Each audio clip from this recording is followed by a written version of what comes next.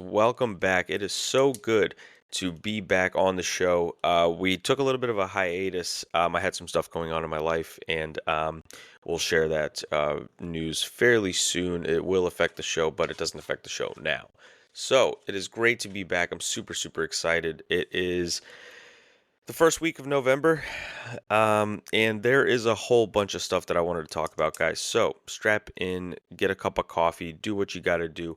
This episode is going to be absolutely awesome, and let's get into it.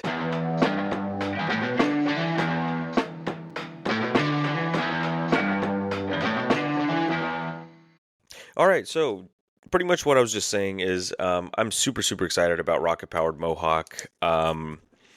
He was one of my absolute favorite YouTubers for about the last probably 2-3 years because the guy sits in a bathtub and just rants about Formula One nonstop, and he says the most hilarious things. Um, hold on one second. It's kind of that kind of format where he sits like in a bathtub in a spacesuit and just talks about Christian Horner's hot dog. There is so much stuff going on right now. I knew that there's no possible way that our normal episode lengths could cover what I wanted to cover, so I chose my top four topics that were partially from friends. A couple of them were submitted by comment, but bottom line is I got four topics. We're going to dive deep into them. The very first one happens to be a conversation that I was having with a buddy recently. Is Underglow coming back? Think about that for a second. I mean, we all go to meets, late night meets, Monday night meets, Sunday night meets. We go to these evening, car events with our friends. Start counting and start taking note of how many cars you see with Underglow. You're going to be surprised. It's going to feel like 2005 again. And are we here for it or are we not? That was the topic of discussion. That's what me and my buddy were kind of like, I don't know, I I don't have a problem with it. I mean, it's been gone for 20 years. Um, let people have Underglow again, you know what I mean? So it's like I thought it was pretty cool. The reason that this whole thing came up was I went to a meet the other night and there was a huge turnout of Mustangs, to be specific. 20, like 15 up Mustangs, like it's the new gens. They came out, probably half a dozen of them, and three out of those half a dozen had underglow. One of them was flashing, doing all this crazy stuff, synced in with the taillights. The other one was just sitting static. All three were on bags, so they were completely aired out, chassis on the ground, with this underglow. And I got to be honest with you, I mean, the wheels weren't my taste. I'm not a big fan of camber, but the way that I, I have no problem with the underglow. I really don't. As a concept, just it creates a four-sided rectangle of light directly under the car. Um, it can definitely work. Picture this. All right, so pause with me here. Do this little exercise in your head. All right, so close your eyes. I'm gonna close my eyes too. Picture a Rolls Royce, right?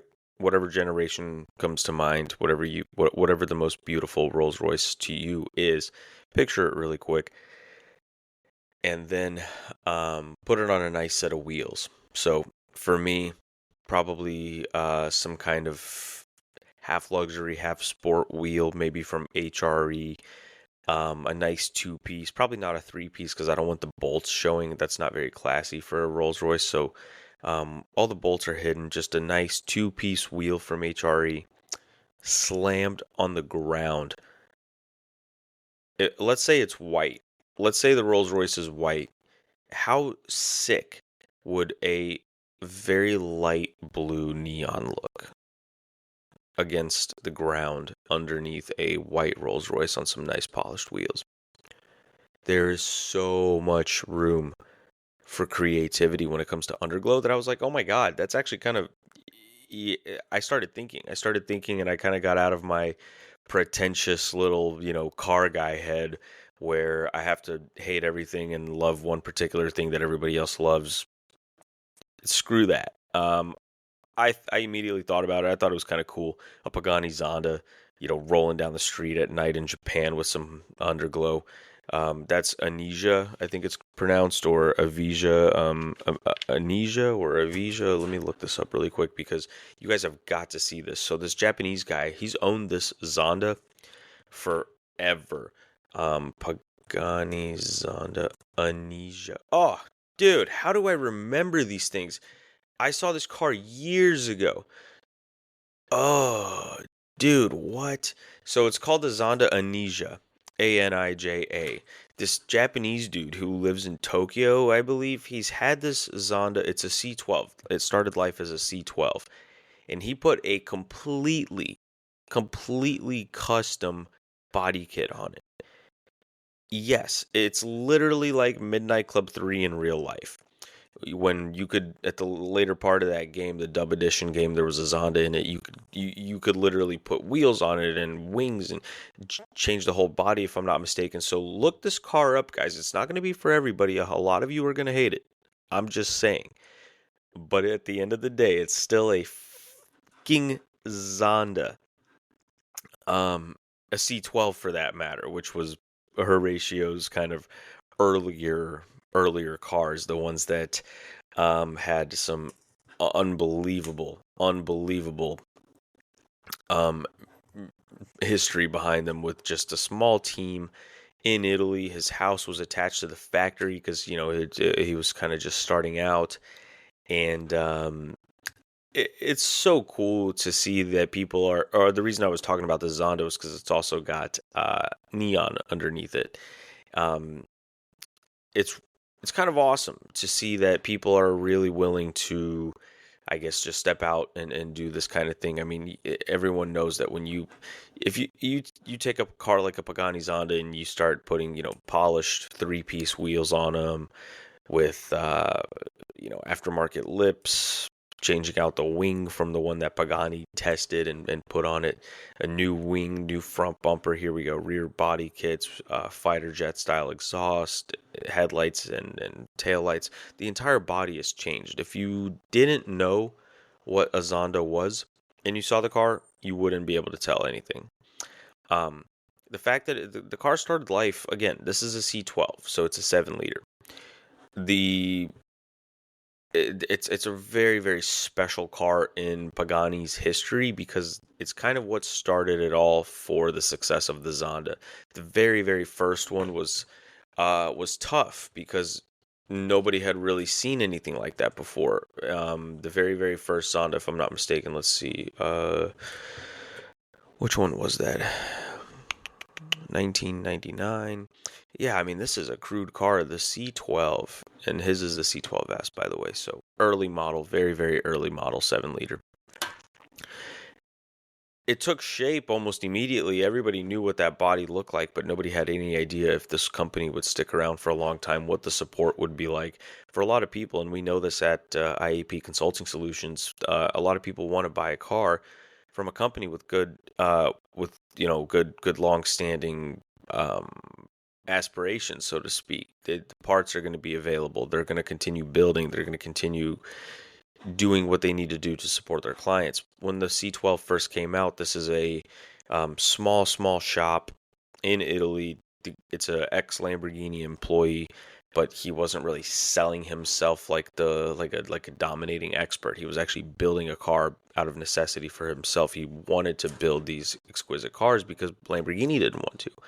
Lamborghini didn't build what he thought would be the perfect supercar made out of carbon fiber. He was pushing that material on them. They didn't want to do the whole car in carbon, and eventually he was no longer working for Lamborghini. He chose to he founded Pagani, Horatio Pagani, and started developing his perfect supercar, which became the C12 Zonda as we know it. So for somebody to have a Zonda C12S, which is just a few years later, possibly 2 or 3 years later, following the C12 allocations, all the original customers who bought the first one, it's pretty awesome in my opinion. My dream car, out of all cars possible, it happens to be The Zonda, a Zonda Cinque to be exactly, I would probably get the green one or the yellow one. Um, well, I take that back. I would take the white one. White Paganis, in my opinion, look the best. I would take the white Cinque, call it a day. Um, or the Tricolore. The Tricolore happens to be full carbon fiber, but it's exposed, painted blue. So the other cars are painted a solid color. You can't see the carbon fiber except for special stripes and accents, lips, wing, things like that. I mean, the whole car is made of carbon. So you can see it on a lot of places that don't have paint, but the painted cars like the white, green, yellow, blue, um, not blue, I don't think. Those are painted solid. However, the Tricolore, and I know this because I've seen the car in person. There's only three of them. That one is exposed carbon painted blue. So from a distance, it's just a really beautiful blue color. When you come up to it, you can actually see the carbon fiber weave through the paint. Might sound familiar to some of you guys who might have followed me when I was at Classic Recreations. Everything there was carbon fiber. So anyway, we got off topic tremendously from Underglow to my obsession with Paganis. Let's move on to something else. This is where it gets fun. The Formula One schedule for next year is set to be absolutely insane. We have Audi F1, which for a lot of you, you might remember was it's now the legacy Sauber. We've seen this kind of thing happen before when a new team enters the sport. All eyes on the new team, right? Are they going to do well? Are they not going to do well? Keep in mind, Audi. This is a huge automotive conglomerate. They have several manufacturers under their belt. A seemingly limitless budget compared to some of the other teams. I mean, if you compare Audi's budget to Williams or Haas, it's not even funny. So, with that being said, they better be at the front. They better be fighting McLaren, Mercedes, Red Bull, and Ferrari. And for the record, Audi and Mercedes is a very big spicy um, competitorship, so to speak. So in my notes here, I had RAP Sauber. Really, that's not necessarily in negative connotation. I'm going to put that not in negative connotation because at the end of the day, Sauber has been around for almost 30 years, probably longer, in Formula One. So they've had an incredible run. Tons and tons of drivers had raced for Sauber. And so it might just be that time. It might just be that time. There will come a time when Williams eventually gets swallowed up or purchased out. Companies that are small and private and um, don't you know don't really have that big of a presence globally. They don't really survive in Formula One decade over decade over decade.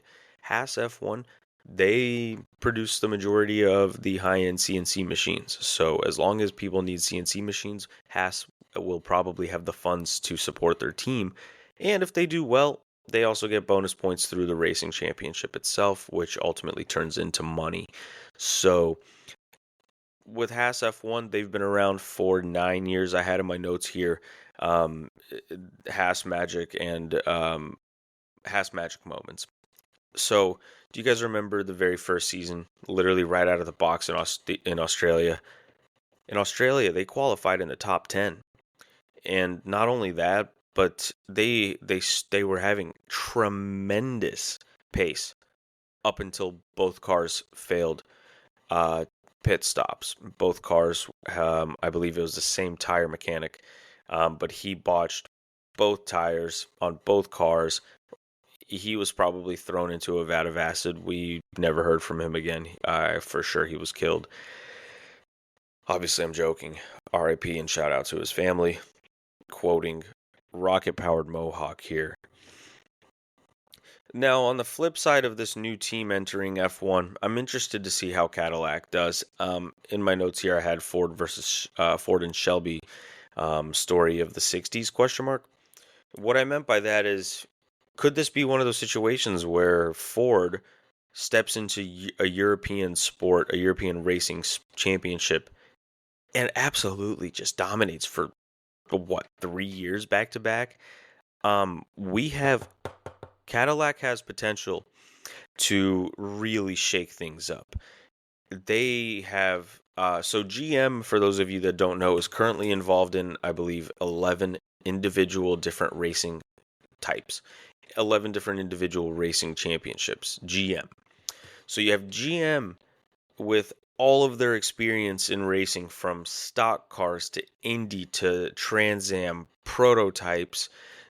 Uh, I mean, literally everything. GTP not that long ago. GTP back then was, so Dallara made the chassis, I believe, but Chevrolet probably ran.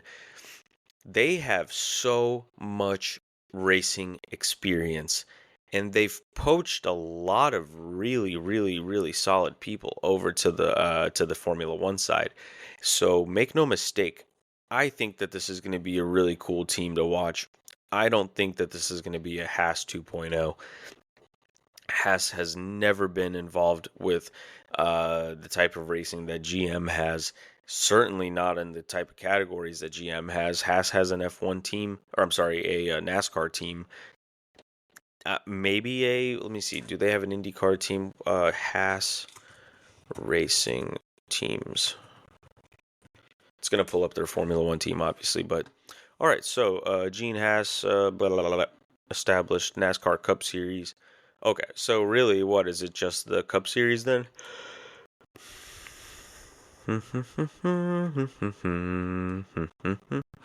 Looks like it. So not a big team at all, guys. I mean, we can't compare Haas and GM. Just like you can't really compare Audi and Sauber. Audi has been building cars for a long time. They've won prototype racing, but Cadillac also races in prototypes. It's not a coincidence that, so Audi actually stepped out of prototypes. I remember back when Alan McNish and Rockefeller and who was the third guy? Gosh, there were so many of them. Audi was my favorite team to watch back in the late 2000s for prototype racing, just because of that R8. Was it called the R8 or R18? I think it was called the R8 LMP. No, R18 maybe? The Audi R18. Yeah, there she is. However, it was the TDI. Yeah, it was this one right here, the R18 TDI. So cool to watch because, yes, there was a couple of really bad crashes. Some of those crashes were absolutely insane.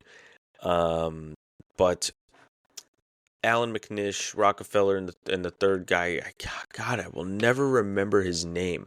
I don't know, but they had some really spectacular crashes during the 2011, 2012, 2013 series. They were running these diesel engines that sounded so good, and at the time, I mean, in 2011, 2013, these cars were were the fastest cars in the world. It was the LMDH prototype, or it was the predecessor to the LMDHs. So for those of you that are watching WEC, IMSA at the moment, the LMDH category is what prototypes used to be, LMPs. And this was the fastest one of all of them. It won a total of 13 races. It was just a monster. Not that much power, only made 532 horsepower according to my notes. However, I remember at the time it was just, there wasn't anything like it. There wasn't anything like it. In 2011 cars, Formula One cars were V8s at the time. You had Sebastian Vettel and Fernando Alonso, for the most part, fighting for the championship. Lewis Hamilton was also in the background, except he was racing for McLaren at the time, and it wasn't his. He wasn't the, I guess, dominating force of those years, and so it was really McLaren. It was really Ferrari versus Red Bull for most of that season, and then in the endurance championship, it was absolutely Audi on top with the R18.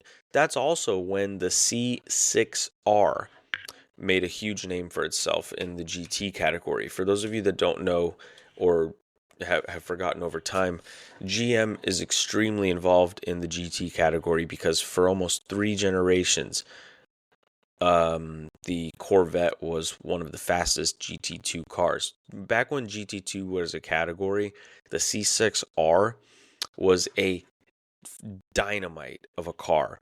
And if I'm not mistaken, somebody will have to correct me here, but I'm pretty sure Kevin Magnussen's dad was one of the drivers, along with 2005 is when the C6R first started racing, and then you had the C5R. Oh, do it for Dale, baby. Dale Earnhardt had raced in the C5R. And so did his son, if I'm not mistaken. I believe both of them raced together at one point. Was it at Le Mans, actually? The moral of the story, guys, is GM has been racing for forever. The Cadillac F1 team should have a lot of confidence going into next year. As I said here, recording in November, the car is probably already taking shape. There's probably a lot of parts already being tested. A lot of that makes me really excited. I'm excited to know that somewhere in North Carolina or in the UK at the moment, a Cadillac Formula One car is coming to life. That should excite all of you guys. And whenever comes time, I think we're about 2 months, maybe 2.5 months away from those news starting to drop. And I think in February, I can't remember, are the livery drops in February or January? I always get really, really anxious around that time of the year because then we get to see how the cars are going to look. Is it ugly? Is it not ugly?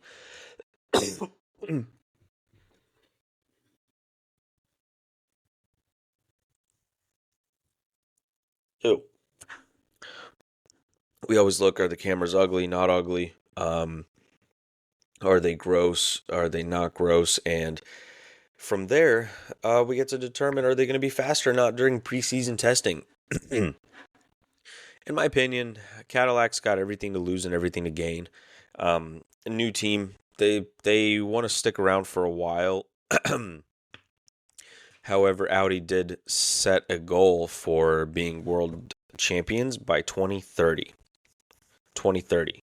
So that's the 26 season, 27 season, 28 season, 29 season. Can they do it? What do we think? I don't know.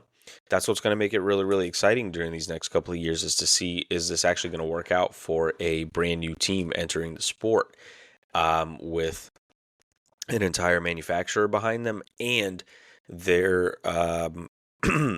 investment firm, TWG, also stepping in with the funds. So that's going to be really, really hot, seeing Audi and Cadillac as the two new teams in the sport, both entering in to fight for the championship. Only one can win. McLaren are on fire this year. Red Bull, thanks to Max, almost exclusively thanks to Max, are also in the fight. Ferrari is going to do their best to do well, and so is Mercedes. So you've got these 1, 2, 3, 4 Red Bull, Mercedes, McLaren, Ferrari. You've got these 4 teams already fighting for the world championship, and now we're about to add 2 more into the mix. Unfortunately, the way the numbers usually work in Formula One and the way the cookie unfortunately crumbles is one of them, if not both, is going to fall back to the mid-tier. There's virtually no chance that Audi and Cadillac are both going to be competitive at the front right out of the gate in 2026. It just doesn't happen that way. In Formula One, your first year is dialing in your car, working out the kinks that you didn't have time to fix during preseason testing or afterwards.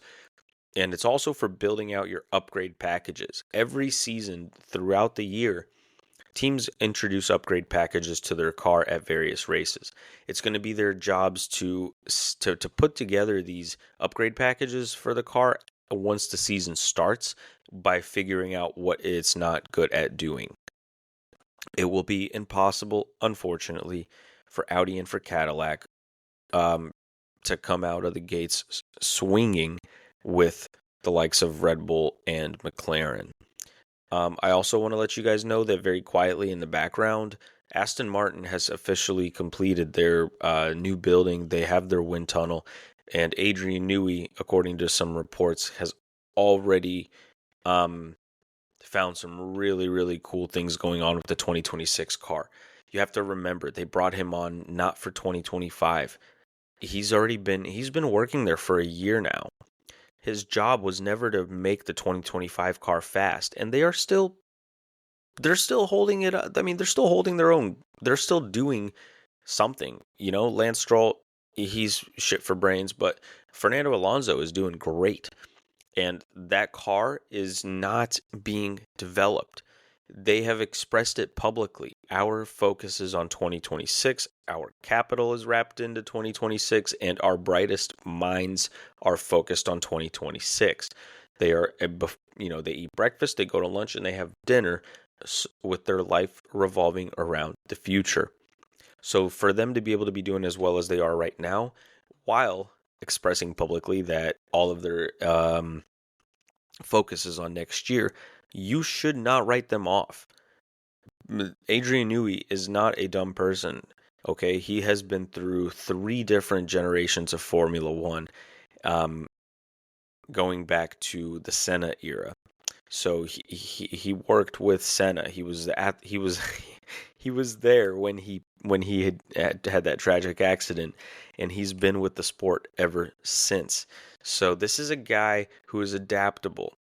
Regulations changes make him excited. He knows how to design cars. He knows how to design cars within the framework of the regulations. And so when there's a new regulation change, he's one of the type of brains that knows how to take that information, take that data, and translate it into something new that works. He's done it before, and he's done it a lot. He was there. He was largely to thank for Sebastian Vettel winning 4 world championships. Wait, was it 4 or 3?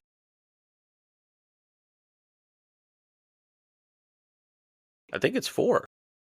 2010, 11, 12, and 13. Yeah.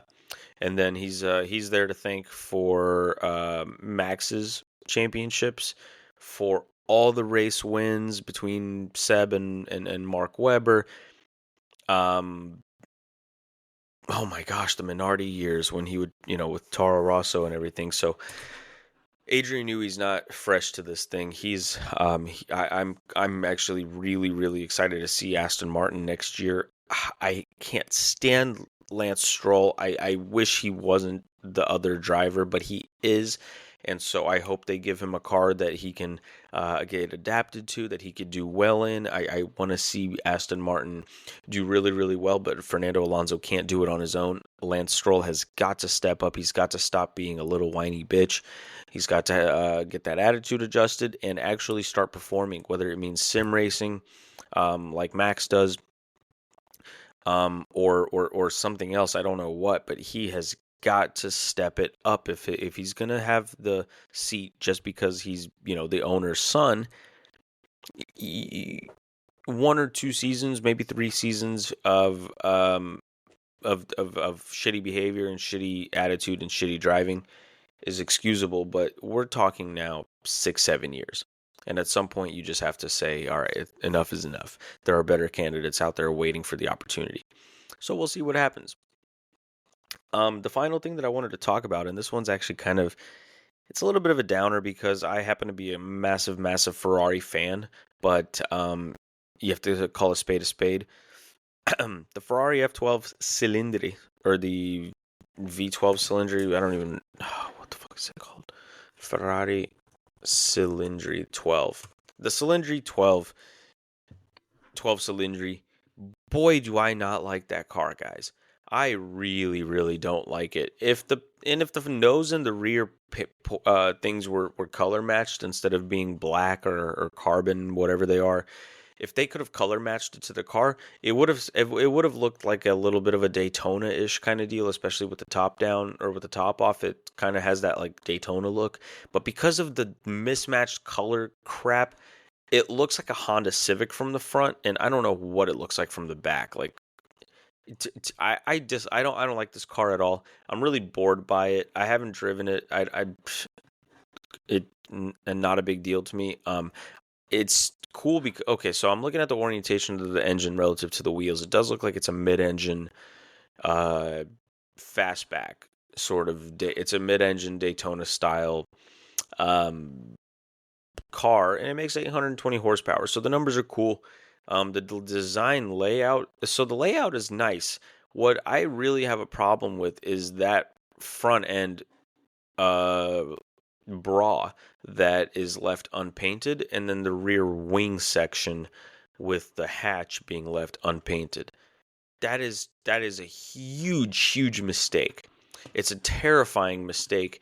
It could have looked so good and so clean, and just it would have looked like a modern Daytona with that fastback look. I mean, God, it's so ugly, unbelievable. But 820 horsepower must be fast. This car is probably unbelievably fun to drive. We'll never know. It's oh, okay, well actually, so I see why they left them unpainted. Granted, this is a stretch. I mean, boy, is that a stretch. So, on the original 365 Daytona, that front bra section where the headlights are, it was also unpainted according to this picture. But however, on this new car with how many features it has, where the badge is located right in the center, the headlights and everything, it doesn't bode well for the design. I think they should have painted it honestly, but that's neither here nor there. I did watch a video review of it. I don't remember who it was. It was like Auto Today or Auto Spot, one of these things. They drove the car. They said it was a little bit underwhelming because it was mostly it's a little too high tech. The sound was refined, but it was muffled. Um, the gear shifts were snappy, but very tame, and really the car just kind of felt like the computer was doing most of the work.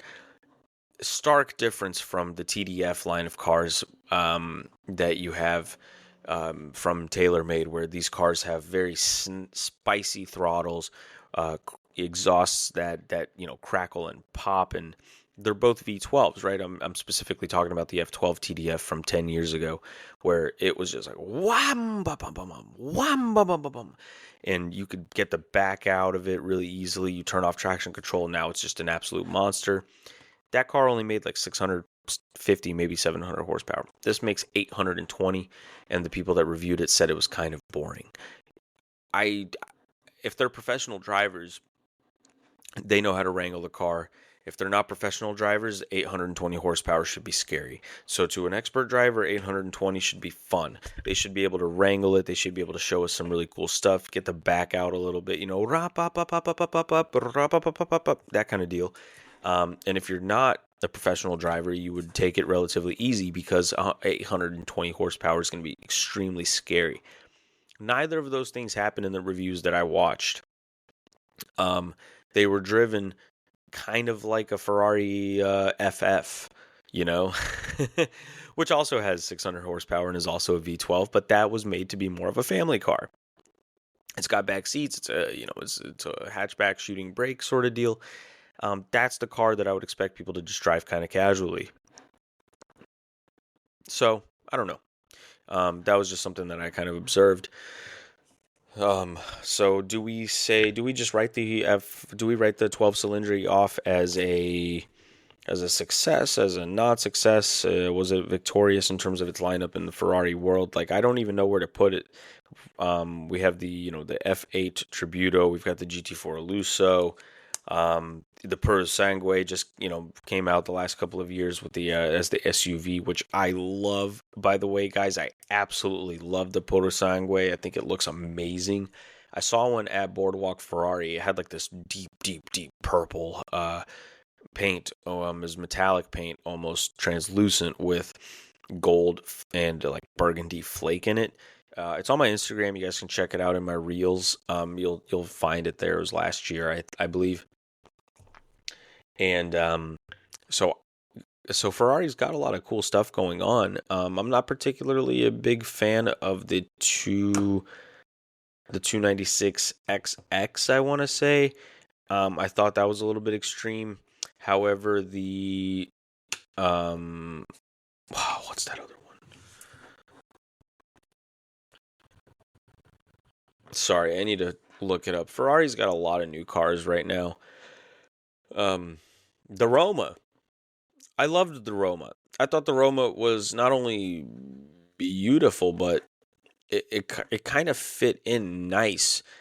Because at the when the Ferrari Roma came out, and by the way, the 12 Cilindri I think is its replacement or something like that. But when the Roma came out in 2023 or 2022, maybe even 2021, it actually served a pretty good purpose. It was the GT car with the top with the top up.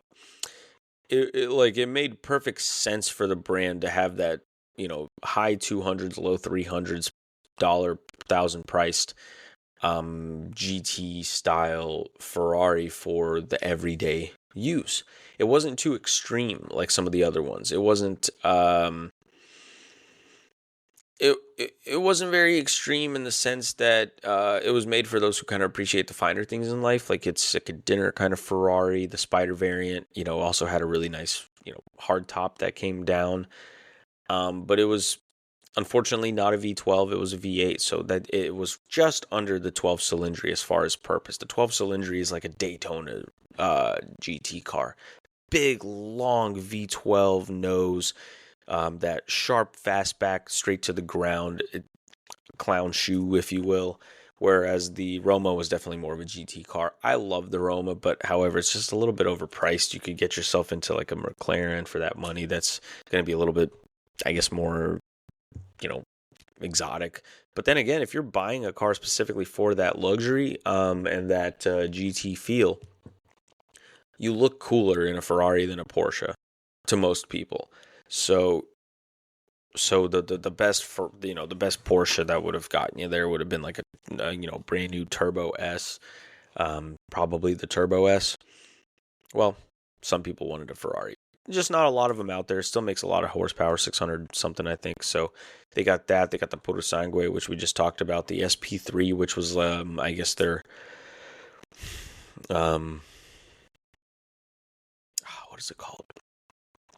There's like a special line for it. It's like a line that gets you in the door with Ferrari to get exclusive offerings like the SP3 Daytona, which easily clears $2 million. It's not something for everybody, but it is up there. It's a rolling sculpture, if you will. It's this V12 thing that is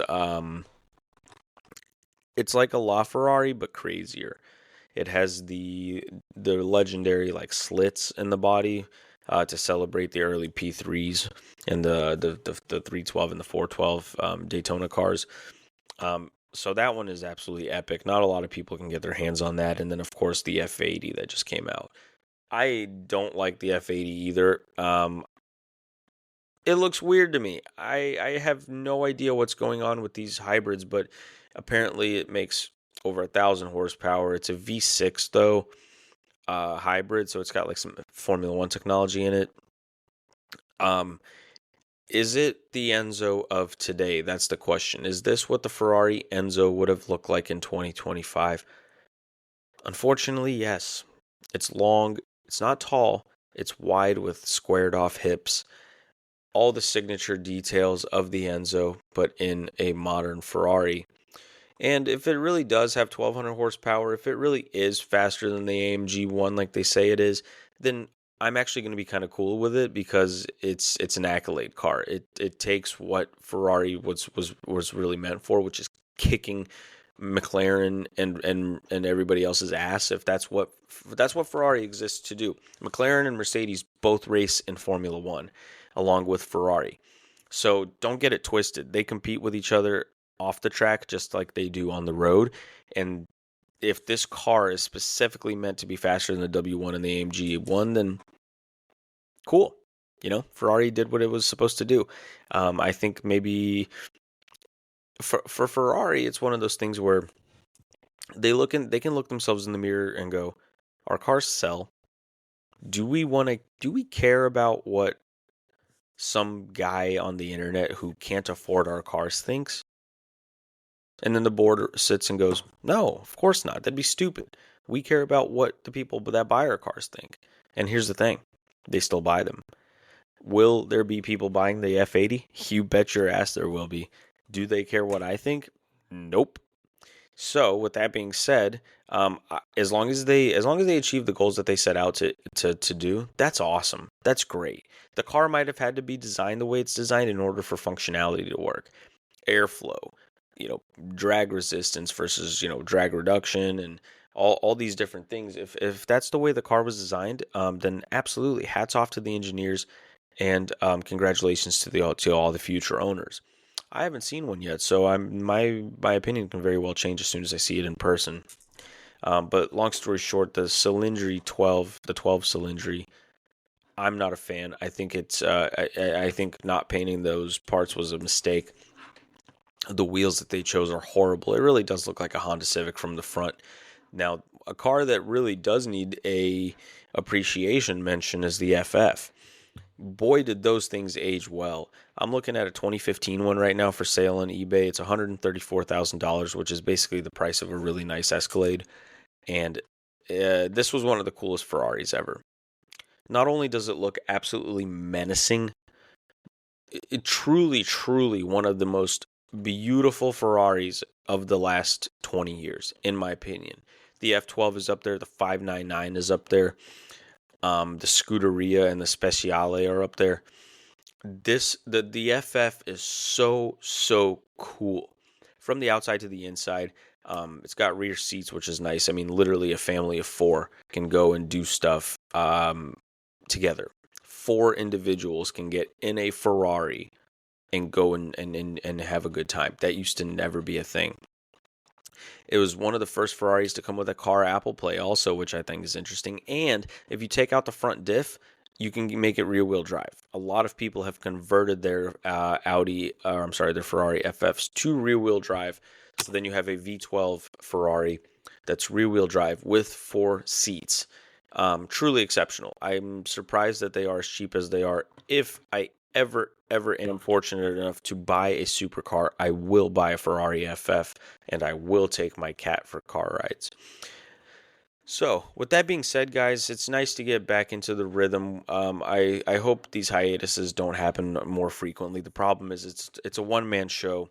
It's really tough to produce. On top of that, there's a lot of stuff going on in my personal life right now. Good things, by the way, not bad things. So, I just wanted to not to scare anybody. These are good things that are happening, but they are happening, and they take a lot of my energy and effort away. So, with that being said, guys, I hope everybody has a really nice day. I'm excited to get the show back on the road and for the Formula One season to wrap up. By the way, maybe that's one more thing we're going to talk about before the end of the episode. So, Lando Norris and Oscar Piastri, what in the world is going on over there? Oscar's performance has completely fallen off. Now it looks like Lando may just be able to squeeze out a title, his first title, which would be crazy, coming from being the meme kid of Formula One to now the front runner. But then again, Max's performance in Brazil, whoa, that was crazy. Max's performance in Brazil, starting from the pit lane to win, to come in second, that is nuts. So let's see what happens. Really excited to see what happens. I hope McLaren does win one of their drivers, and particularly Oscar, just because of how well his season started. And in my opinion, he was a little bit sabotaged, but that's neither here nor there. So yeah, really crazy end of the season. I'm excited for the next 3 races. We got Vegas, we got Saudi Arabia, we got what else we got? Dubai, Abu Dhabi.